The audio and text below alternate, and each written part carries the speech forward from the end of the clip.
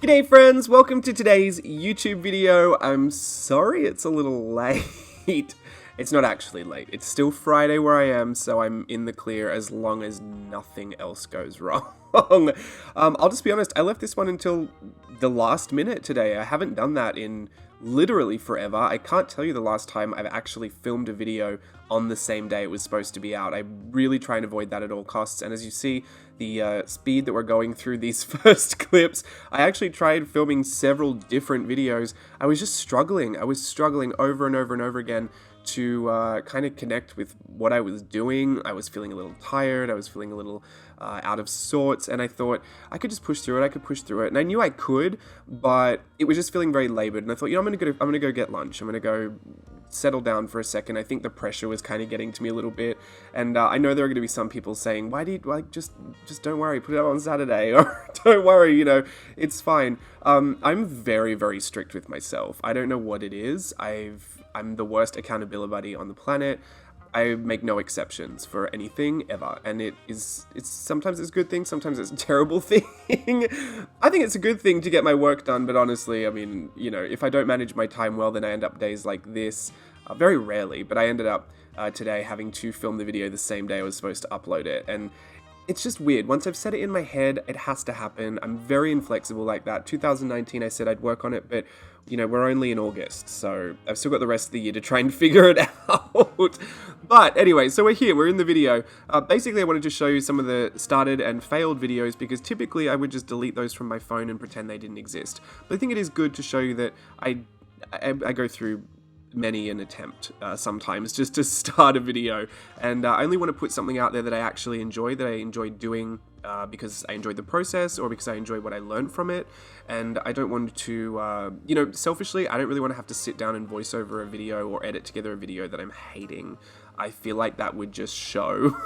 You'd be able to hear it. You'd be able to see it happen on the screen. So I'm actually really excited that I went with an idea I thought I was going to do earlier on in the week, just as my free time.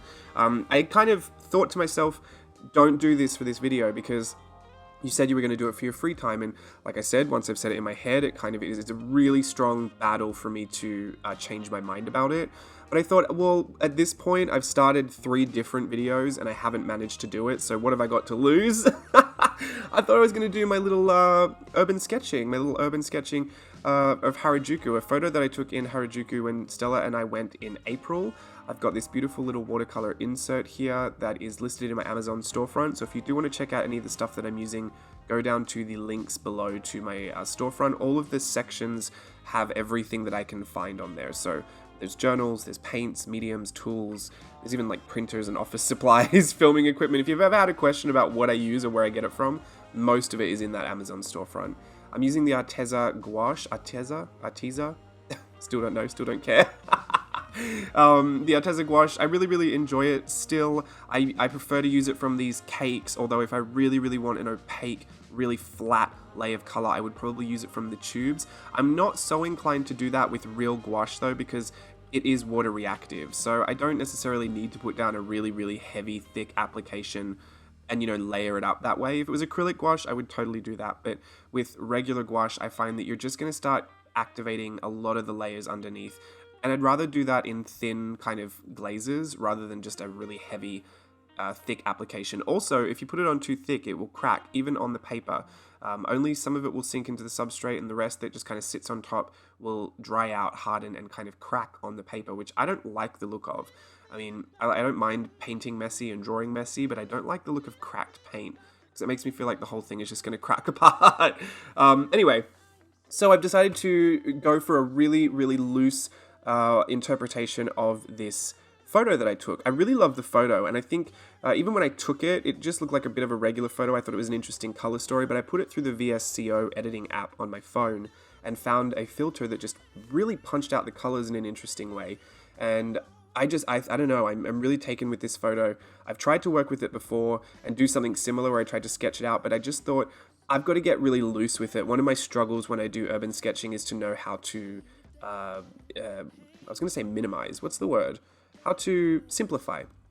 I tend to put too much in, too much detail, too much everything, or I try to go a little too realistic with it. So I'll try and draw every brick, which is it's possible. It's just very time consuming. And when I'm sitting down to have these play sessions, like these journal plays, I don't want to sit here and labor over something unless I want to labor over it. So the point of me sitting down to do this was actually just to play with the paint and see if I was kind of any good at, loosely putting it all together. I will say, wait for the close-ups, because you're in for a real scream with the little face that I painted. I'm actually really happy with it. I'm really obsessed with how it came out. I am not much of a painter, as in, I love to draw, I love to illustrate, I love to color with pencils and markers, and I do like watercolor, but it's very rare that you'll catch me painting an entire piece from start to finish. You did see that I kind of folded up my reference photo for the guidelines and drew kind of the outlines of the buildings, but I wanted everything else just to kind of happen as I painted it. And it's really hard for me still, like I said, to know what to leave out and to know what to put in. But I think that's the joy of having these sessions where I can sit down and play. I mean, I wasn't doing this for anything. I'm not commissioned by a magazine to put this, painting in there. I don't have to do it for any kind of tourism project or anything. It just exists in my journal for the fact that I could sit down and play today. So I think that's why I love doing these kind of things. I think that's why I really try to encourage people doing. There is always a separate headspace that I enter whenever I'm doing something that has to be finished a certain way, or it has to be for something. If I'm going to design a product, for example, there are very certain specifications that I have to work to. There has to be a certain quality, to the line work, so that when I scan it, that it will translate when I go to put the files together. So those things tend to kind of restrict the process a little bit. You tend to have to be in your head a little bit more. But for something like this, I could just be so free, because I could have ended up with a huge puddle of paint on the page, and it wouldn't have meant anything other than I had 2 hours to sit down and play. 2 hours? I think it was 2 hours with the other videos that I put in there. I spent about an hour fussing about with the first failed attempt at videos, and I spent about an hour on this. And like I said, I'm really, really happy with how it turned out. I love that if you blur your eyes, it actually does look like the photo. Some of the colors are a little off. Obviously, not all the details are in there. And I went a little too detailed in some parts, but then I really managed to find my groove in other parts. I think that's just the nature of practice and learning. Urban sketching is still quite new to me. I do enjoy doing it, but especially painting an urban sketch. I've still got a lot to learn and a lot to figure out, but I really enjoy that process, and I wouldn't say that I'm unhappy with what I created today. So that is a really nice feeling. I really do appreciate that feeling. Thanks for asking. Anyway, so here it comes. Here comes the little face. Oh, the face was a mess, but I think if you blur your eyes, it actually does look like the photo. And for me, a lot of the charm of urban sketching is when I look at it quickly. If I glance at it, or if I look at it from a distance, I might actually think that it is what it is. You know what I mean? If your eyes process the whole image at once, you understand what you're looking at. But I love to get closer and see just how much is missing, or what my eyes filled in the blanks for, what my brain kind of used visual recall to kind of piece it all together, even though it might be missing, a complete roof or a complete wall or something. I kind of love that about urban sketching.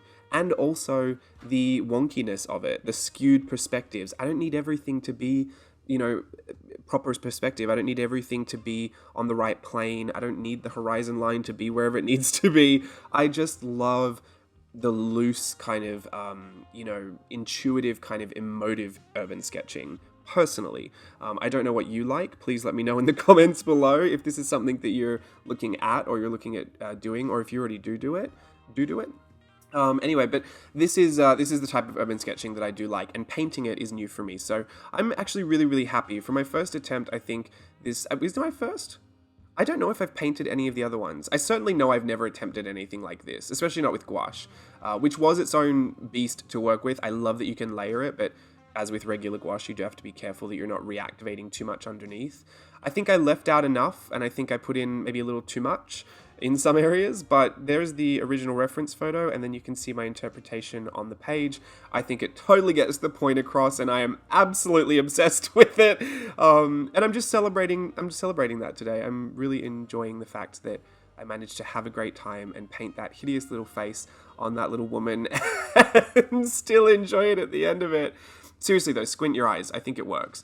Anyway, that's it from me today. Thanks for watching. I'll see you again soon. Bye.